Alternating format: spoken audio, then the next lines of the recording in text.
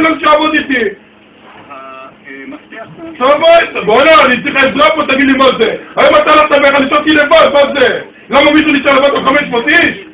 והפקות, ולהביא הפקה ולנקות חדר אוכל, ו50 איש באים אחרי הזמן שלהם, מי הם תיארו ב8? אני צריך להמציא 50 מנות, למה מה קרה?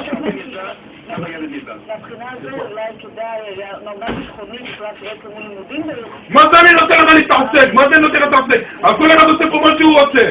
מה אני צריך לקבל התקף לב בסוף מהמקום הזה או מה? סביבה של שגרה מאשר לשעות עם מורה חרד בבית. לא, זה לא עבודה 500 איש להיות פה לבד, וכל אחד עושה פה מה שהוא רוצה, וחיילים מתחשבים מה שהם עושים, זה לא עבודה. החרדה תחסן בהם יותר ויותר.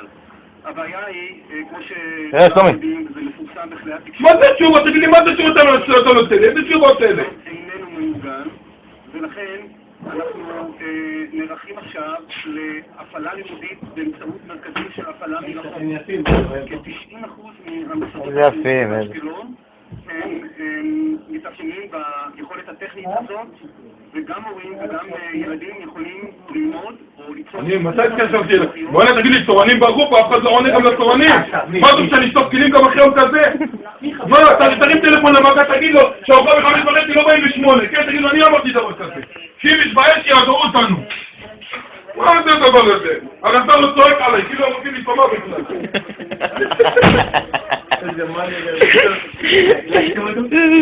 אני חייב להגיד את זה המשך.